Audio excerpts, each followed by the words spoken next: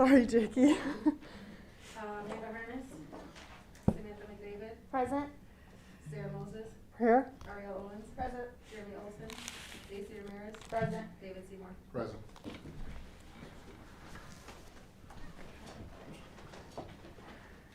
And next we'll go ahead and do the Pledge of Allegiance. I pledge allegiance to the flag of the United States of America and to the republic for which it stands, one nation, under God, indivisible, with liberty and justice for all.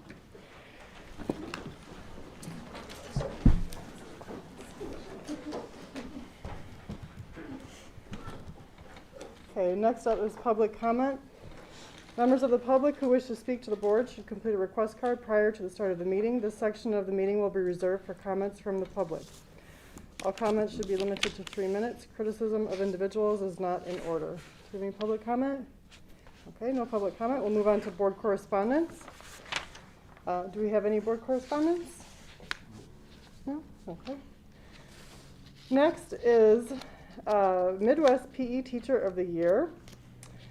Congratulations to Ms. Kelly Zorby, PE teacher at Jefferson Elementary School. She recently won the Midwest Elementary Physical Education Teacher of the Year award.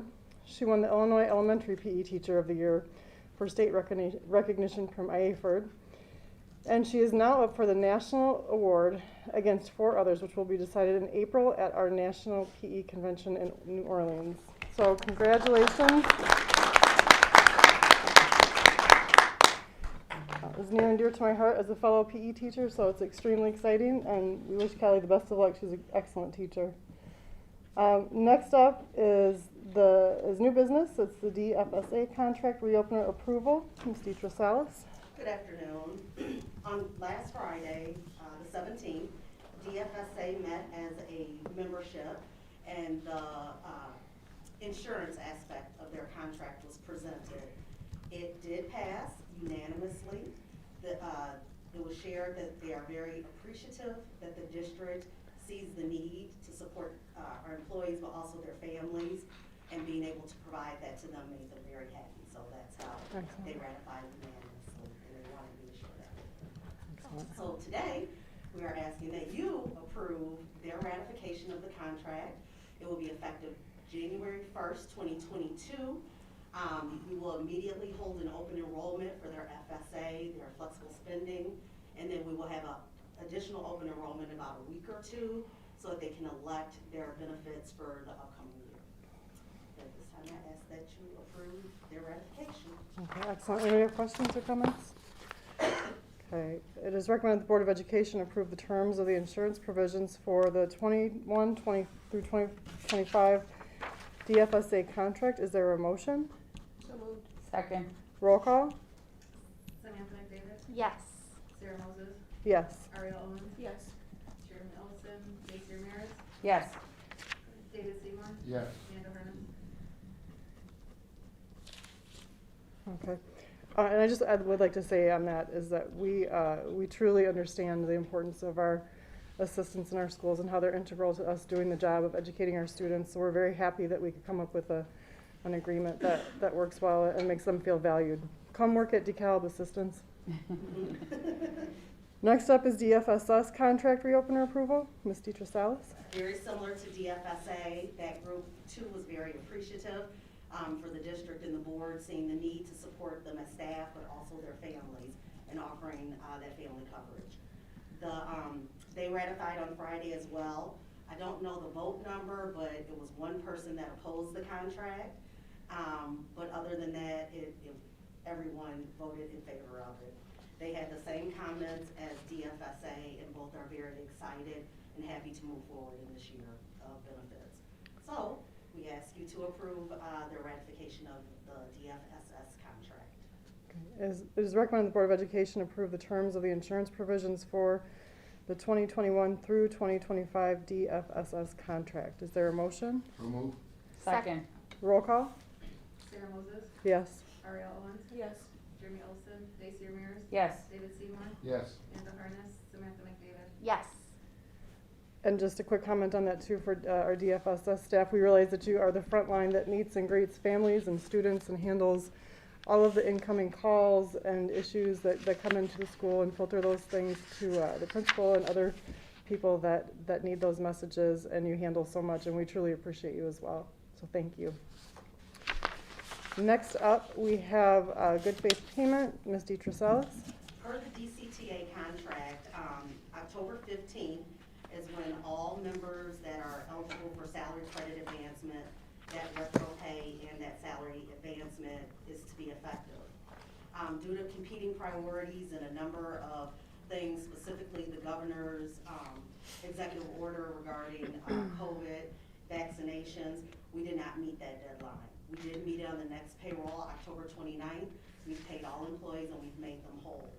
The district acknowledges that we missed that opportunity in the contract, and we want to offer in good faith each DCTA affected member $30 for that about 2-week inconvenience of not meeting that contract deadline. So we are asking that you approve the good faith payment on behalf of the DCTA staff that were affected by that salary credit advancement. Okay, thank you. It is recommended the Board of Education approve the $30 good faith payment to the affected DCTA members that received late salary credit advance payments. Is there a motion? So moved. Second. Roll call? Ariel Owens, Yes. Jeremy Olson, Stacy Ramirez. Yes. David Seymour, Yes. Amanda Harness, Samantha McDavid, Yes. Sarah Moses. Yes. Next up is the school calendar. And this is the 22-23 district calendar approval. Ms. Dfss and Phil Ime. District administration and DCTA's PRC committee have worked together on developing the calendar for the 22-23 school year. After the calendar was developed, taking into consideration PLCs and collaboration days and holidays and everything that goes into a school year, we also made sure that it fits within the needs of the calendar, work calendar, for our other members such as DFSA, DFSS, and FNAS, and our unaffiliated. So before you, or attached here, you have the calendar that we are asking that you approve at this time for the upcoming school year. So just a quick question on this.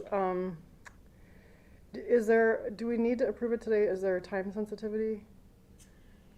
Yes and no. We don't have a requirement to Sure. get it approved. However, families are looking for it, as well as staff, as they look to plan out their lives. Sure. Planning around the school days. And also just as we look to start scheduling PD and things of getting the school year started and doing other PD throughout the year. So it's really a guiding document for everything that we're getting ready to do now that we're moving into the second semester.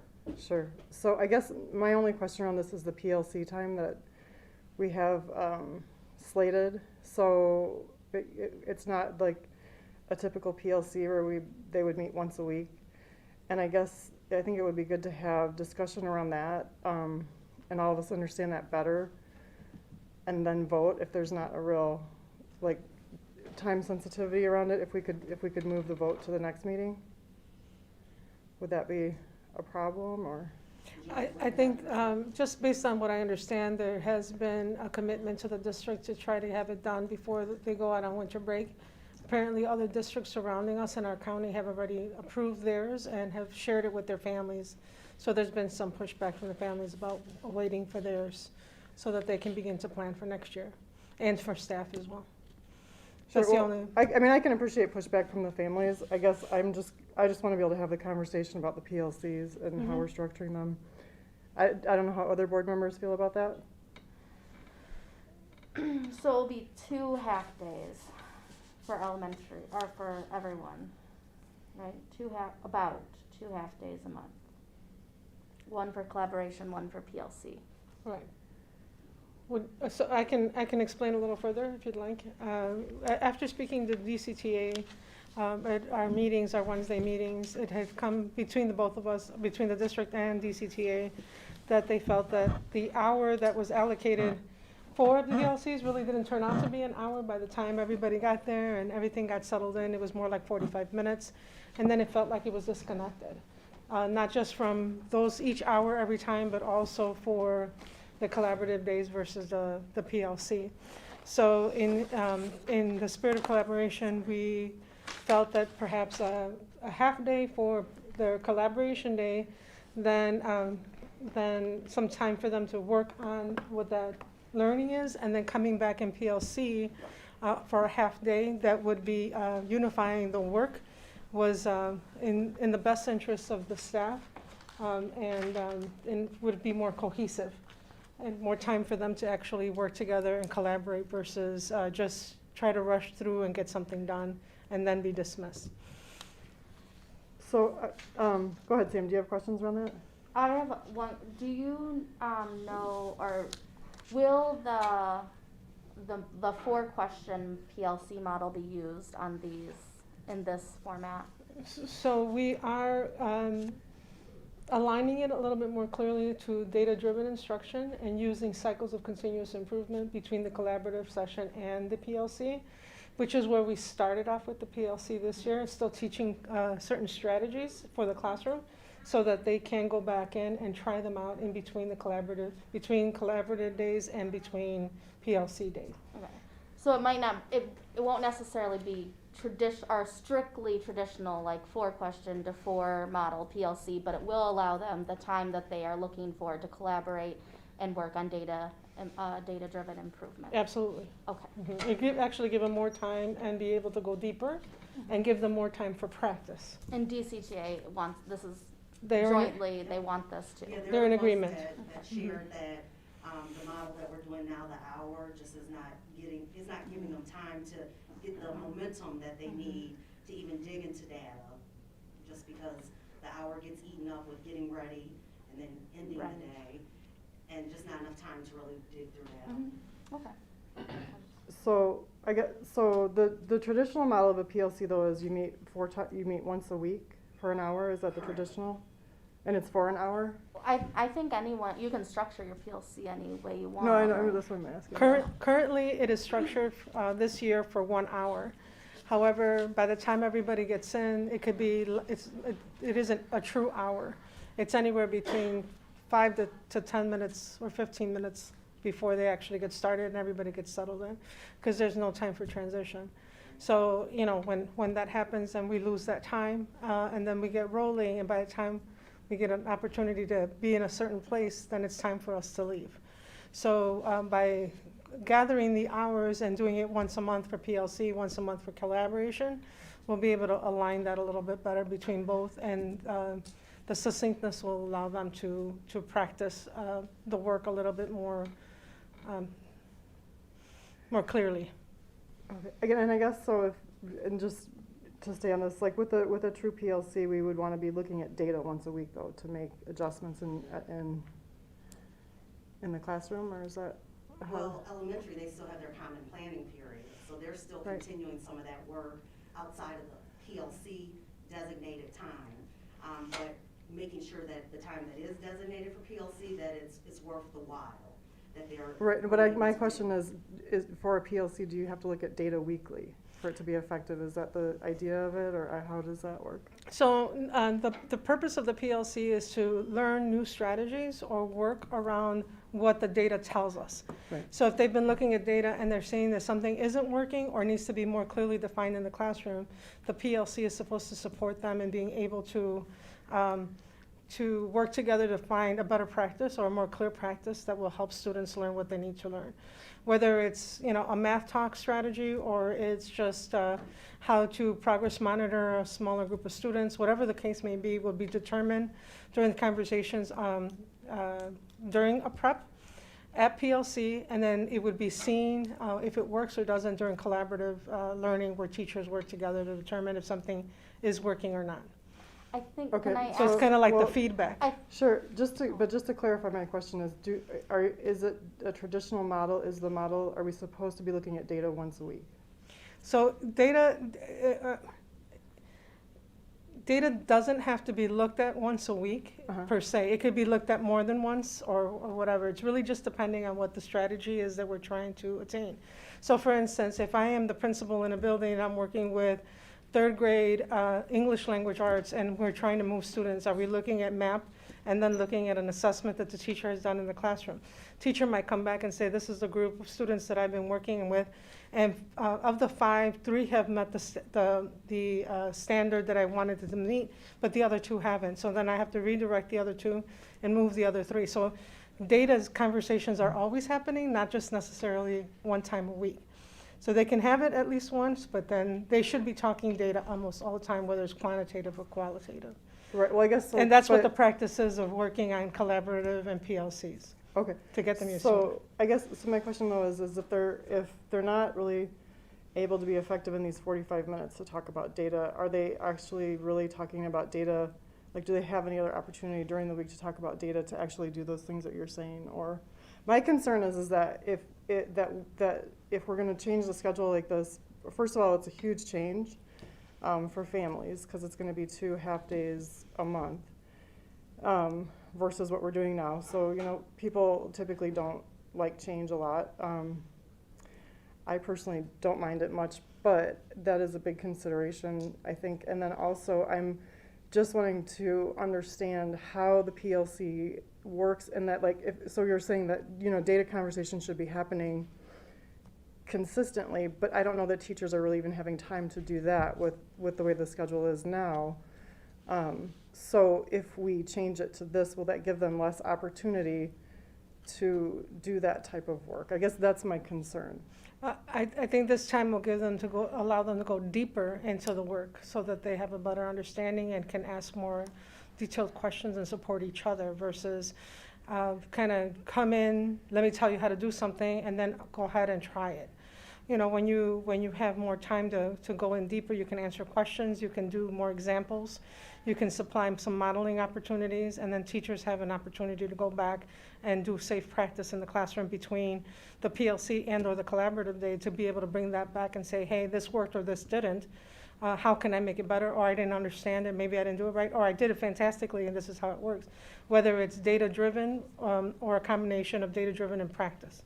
So that's the opportunity to be able to have more time with Right. individuals Right. versus something So- really quick. So I guess I understand that the concept of more time. I just wonder if it's frequent enough. And then I guess also the issue of, like, if they've set aside 1 hour to do PLCs, but the issue is that they're not able to get started for the first 5 to 15 minutes. Well, transition time. So, you know, people are getting out of class, if somebody got left behind, you know, yeah.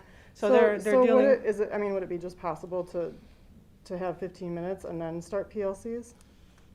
Not within their contract unless we allot for an hour and 15 minutes. Right, I know. Yeah, but we had to move around. I guess I'm just thinking what's best for kids is Yeah. my major focus here, not necessarily, you know, accommodating things that, I guess I'm just trying to understand why this 1 hour slot isn't working, but it's really only turned into 45 minutes, which isn't enough time, which makes sense. And then are there any other workarounds that we could do to, you know, make that happen if that's the ideal way to run a PLC and that they have the opportunity to look at data frequently.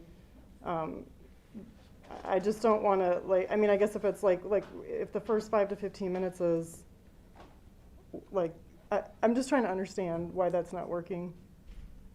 Well, I guess transition time, or like they have to get down to each other's classrooms, they don't have, The release of students, and All right. then that transition from whatever it is, if they have a student that delayed them to get to the bus or get to their family's car or to walk home, whatever could cause a delay there. okay. And then just bringing people together, you gotta get them to quiet down and get them ready to Right. start focusing on Right. that PLC learning. Just Right. the habits of adults. Well, I understand, definitely. And so so this would be a new contract. Like this would be a letter, like a LOA, or because the current one we have for the elementary PLCs that expires this year, or at the end of this year. I believe so. I believe it was for 1 year because we needed to see what it even. Okay, so I guess if we were to do try a 10 or 15 minute break and then start PLCs, would that be more beneficial, or is that something I that? don't know how we would do that contractually, because 'Cause right it would be now, we different had to than- work around specials. The amount of hours that they have to have specials, music, PE, art, is dictated by the state on some of them. And so when we moved the schedule around, we had to fit all of that in, plus stay within their contract hours. So I guess it would require them to stay later than their contract hours currently are. So it would be like a 10 to 15 minute. And so then this, what you're proposing is kind of like the pivot that DCTA worked with leadership to propose as a. Right. Okay. And it wouldn't affect then their hours or the minutes they need for their specials. Absolutely. Because I think even did art change recently? You have to have art so many times within. So a art did day change, period. but Yeah. but it fits into It the current fits in. schedule. Mhm. Okay, there's no other way to work that hour like inside the day, or, I mean, I know this is a lot, but I guess my major concern is just what's best for kids and what's the best PLC model, and are we gonna be, like, you know, are we accommodating, who are we accommodating, and, you know, what is the ideal format for this to run in, I guess is my question. And if we are making changes to adjust for whatever, that's what we're doing. I'm just curious about.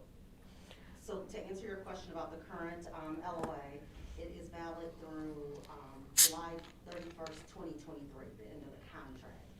But again, we worked with DCTA to make this modification so we can, excuse me, make the necessary changes to support that as well. Okay. So the timeliness also, instead of having children leave early, it becomes more disruptive on a weekly basis every week, whereas if we use the model where we're getting PLCs once a month for 3 hours and the collaboration day for 3 hours, then the disruption only happens during twice a month instead of on a weekly basis.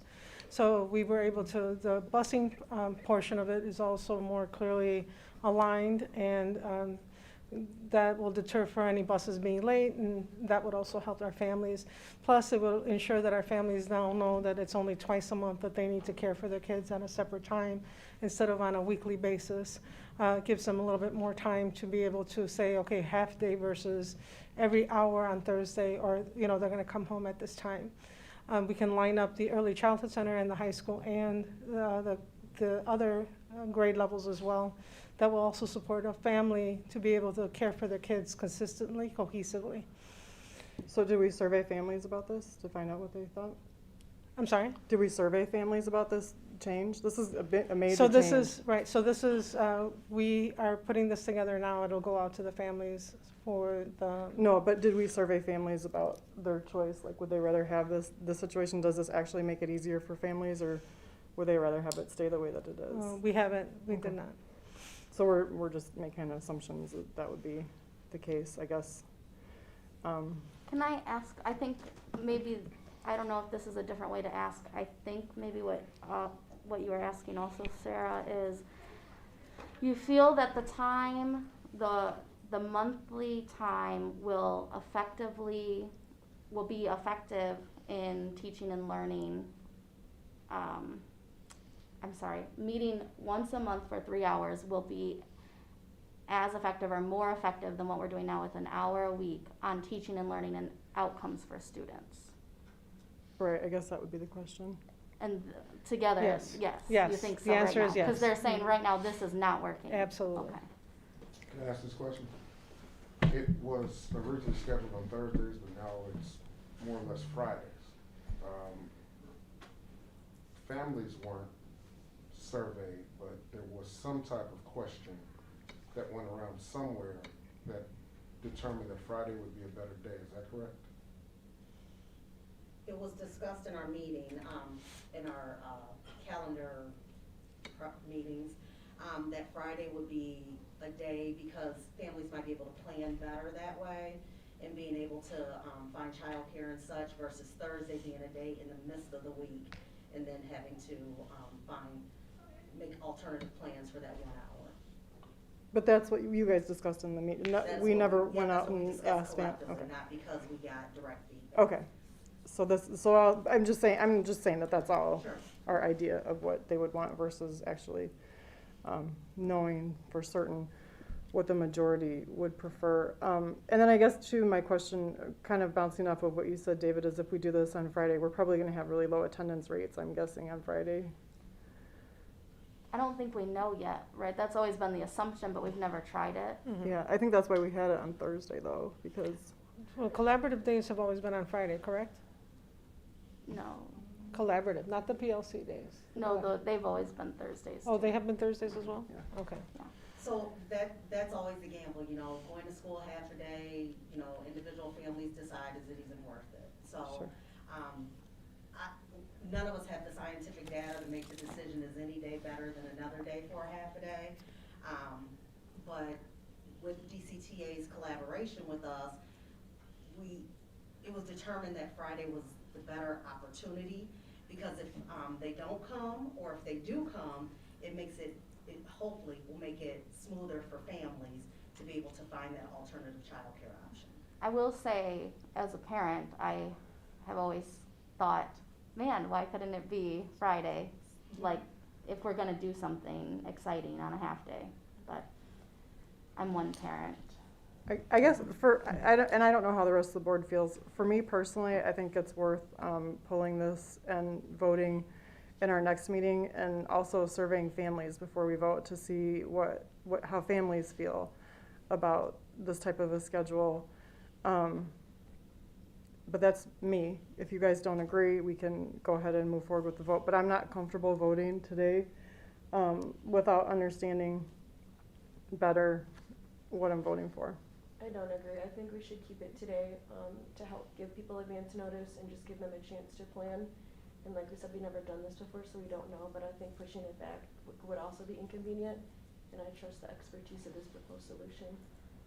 I think, so we did survey families before we started this PLC model this year, and it was fairly inconclusive. There were families that said, no, that isn't great, I'd rather have morning, I'd rather have afternoon, I'd rather not have any, and it was very difficult to really even find a sense of like consensus or majority. So I always think it's important to ask families for feedback. I just don't know a year later if it's going to be a big difference. Well, I just think if you surveyed them, giving them the choice between what's now and this, like what schedule. But it's not working for teachers right now. It's not effective, so then we're just wasting their time, an hour a week potentially. If we were to take time to do a survey, how long would that survey take to go out, collect the data, process it in order for us to make a better decision? Would that then put us in a further timeline than the families who are expecting this calendar to come out now? It would absolutely be after the new year, because over the break, we wouldn't do that to families. That would probably encourage a lower response rate, so it'd be sometime after the new year. We have to put a window of time, we have to develop it, then we have to put a window of time on it for responses, then we need to be able to aggregate the data, so maybe February, Probably, but that's a stab in the dark. considering the holidays. Because do we have 2 meetings in January? Or No, One. so it would be, yeah, probably wouldn't be. Yeah. I am comfortable voting on it today. I do understand the importance of asking families though, but I'm comfortable voting on it today, just based on how inconclusive the last survey was.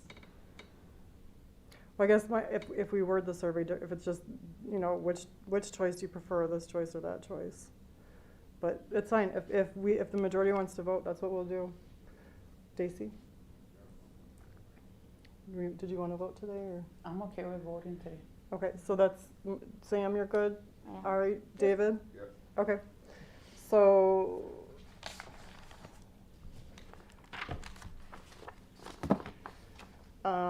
It is recommended that the Board of Education approve the 2022-2023 school calendar as attached. Is there a motion?